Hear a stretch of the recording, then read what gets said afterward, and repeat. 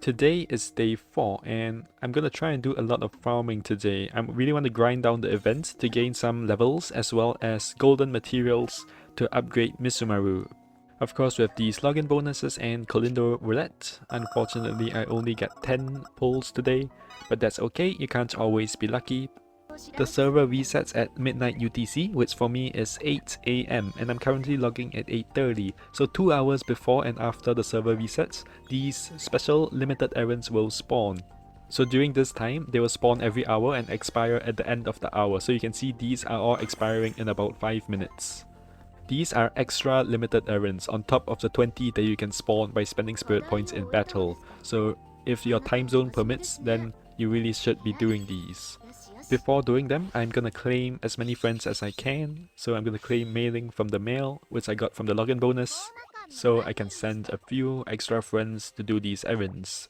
Again, you'll want to have 18 unique friends, so you can send 6 of them on each errand. I keep talking about this because errands are pretty important to get these cubes, especially God Crystals as a free-to-play player.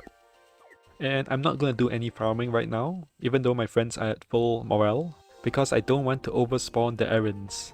As you can see, it's been 2 hours, the errands are now done, and new ones will spawn underneath once I complete them. It's now about 2 hours and 55 minutes after server resets, and this is the last wave of the 3D spawning limited errands. So I'm gonna do this 3 cube one, and I'm not gonna do the wood errands. I'm gonna do some battling and to spawn the other type of limited errands which spawn when you do battles. I've only spawned 2, so I'm gonna do a few more battles. And now you see I have 4 errands at once because there's actually 3 slots for the errands that spawn before and after server reset, and another 3 slots for the errands that spawn by spending spirit points in battle. I'm gonna go to the event shop and buy the guaranteed friend ritual so I can have more friends to do errands. Unfortunately, I get star, which I already have, and I can't send 2 of the same friend on errands. I'm also gonna claim the first anniversary rituals from the login and these first anniversary ritual tasks. You should check and see if there are like some other special tasks which might be around when you are playing. I get quite lucky and I do get a new friend here. For these first anniversary rituals, the drop rates are hidden, so and the friend rates seem to be quite low, so it's quite nice. I still got a new friend here. And now, on the start of day 4, I already have 16 unique friends without spending a single cube. I check the shop as well as the dojo, and then I carry on to do some more event farming. I log in a little bit later to do more errands, and yeah, game, I already got mailing today, not tomorrow. And and they totally again, I already told you I'm not interested. Looks like I got some wood errands again, not much point doing them, so I'm just gonna do some daily errands. Anyway, at this point, I have a paper doll from the event shop for 20,000 points, and I have another paper doll from one of the special tasks, which is raise Raisin to level 10. Raisin, the free friend that you get. And I'm gonna take these 2 dolls and use them to limit break Misumaru. Usually, you want to wait until you have 4 dolls to max limit break a character, but for your first character, if you're very sure you're gonna max limit break her, then you can go ahead and just use some dolls a little bit earlier. The point is, you don't want to split up your dolls. If you doll a character, you want to doll her all the way to max limit break, because max limit break is where you unlock your last word, and then that's a huge power spike. So now my level cap is up to 90, and I need 2 more dolls to get her to level unlock her last word, which will be very powerful. I'm not using this dupe because yeah, it's kind of like cheating. I just got really lucky in the reroll. Now I've unlocked 4 spell cards and I've equipped some story cards here. Spirit power up, accuracy up, and then yin attack up. And then hopefully now I'll be able to farm on events lunatic. So I'm gonna enhance a little bit. And I can't upgrade anymore because I'm missing some of these materials. So, but that's fine. I'm gonna see if I can do events lunatic now. Okay, so on the first turn, I'm going to use spell card 1 with the spirit P up, so I can get more spirit power, because I do need to boost a little bit to gain more, so that I can do more breaks on the next turn. And this also does 1 break to Nidalee. And now I'm gonna use my skills and use spell card 2, which will full break Nidalee. I have an accuracy card, so these breaks will not miss. So this will full break all the enemies, deal a bunch of damage, and then on turn 3, I'm gonna use my other spell card, because now I have more spell cards, and this will finish her off. So a nice and relatively quick 3-turn farm. And now I can do Lunatic, I will gain more EXP, and I will gain more event points and materials, more rewards. So I'm going to go ahead and set that to auto farm.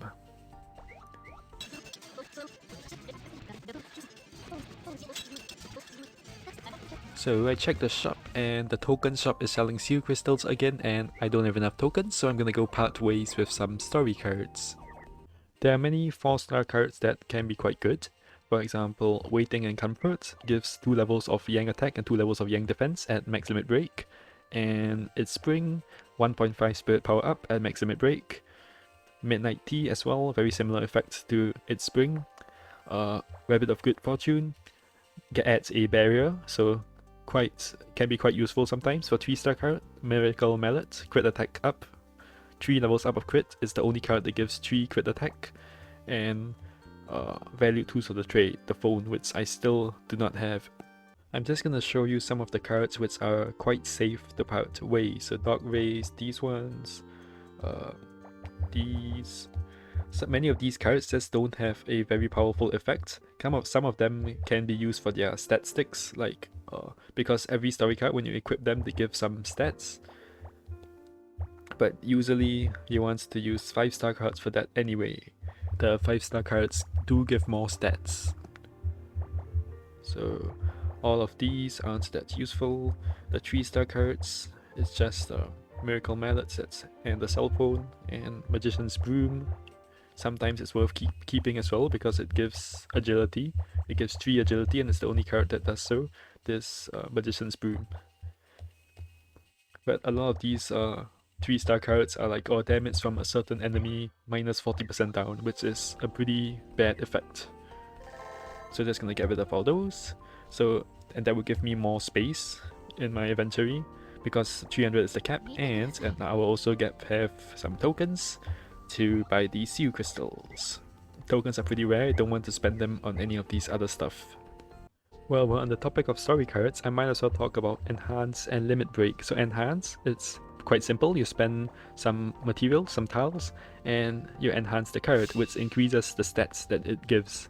This is not very important right now at this point of the game. These stats can be quite impactful later on, but right now it's not that important. You want to use story cards for their passive abilities, not their stats. The passive is the more important thing.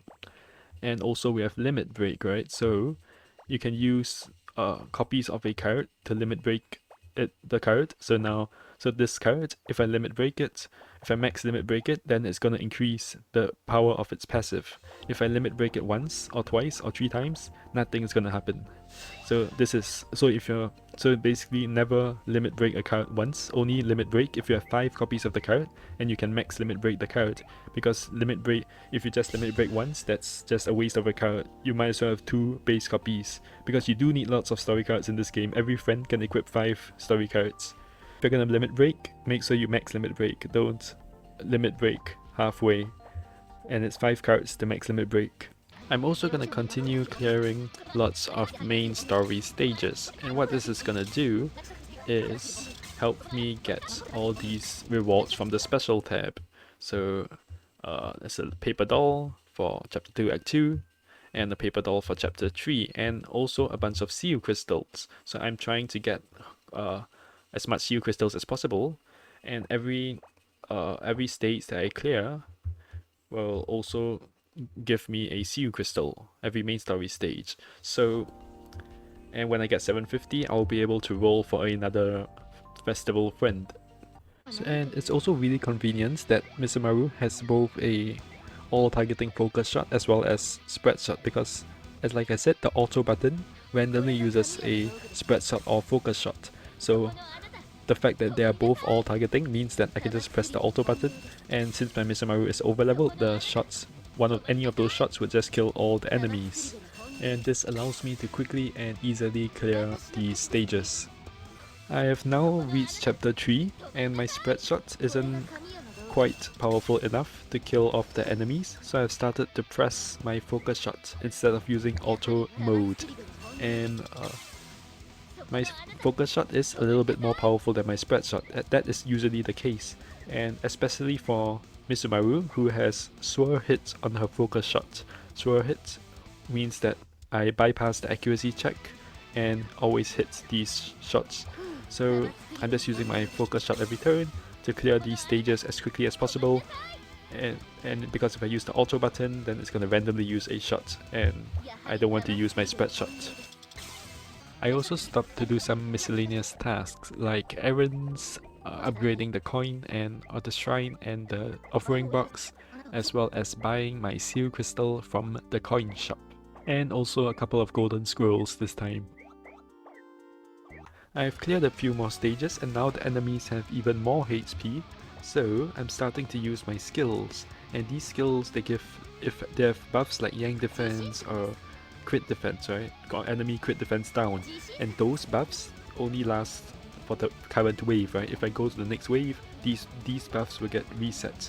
Not like the defense buff would help my damage of my shots anyway, but these barrier statuses, so these skills also inflict burn and blind on myself, and normally this is a bad thing, but Misumaru has a character ability which says for every barrier status burn, Yang attack, Yin attack, blah blah blah up, and every barrier status blind, Yang defense, blah blah up.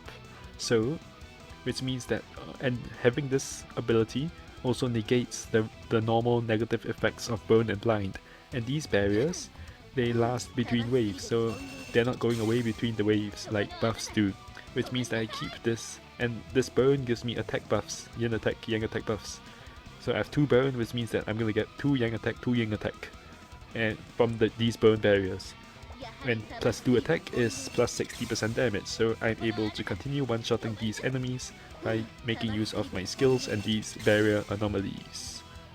I've reached a point where my shots aren't enough to consistently kill off these enemies regardless of my skills and boost, so I've started to use... oh, okay, this time it did kill them. As I was saying, my shots aren't really enough to kill off the enemies anymore, so... wait, what?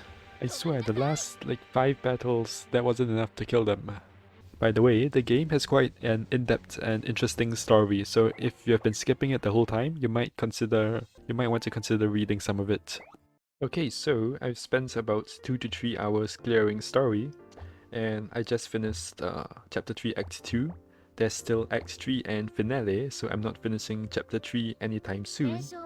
But let's take a look at the rewards I got. So if I go to main, let's see how many cubes I got. If this would load, I got 185 cubes from clearing all the story stages so far. I haven't claimed any of these, so yeah. So for the first couple of chapters until chapter 3 act 2, it's 185 cubes apparently. And there's a bunch of random materials you can also get from here. Yeah, some random materials you get, and this sub quest is for 3-starring all the stages. So it says 3-starring all the stages, and you get these rewards. And I also get this. Alright, I have some more of these 1st anniversary rituals. I can just claim that. And okay, so I got medicine from clearing chapter 1. I'm gonna claim her. Some golden books. And random cloud scrolls for some reason. And paper doll for chapter 2 act 2. Which means I only need 1 more paper doll to max limit break Misumaru. And get my first max limit break character. I am going to put medicine into the school.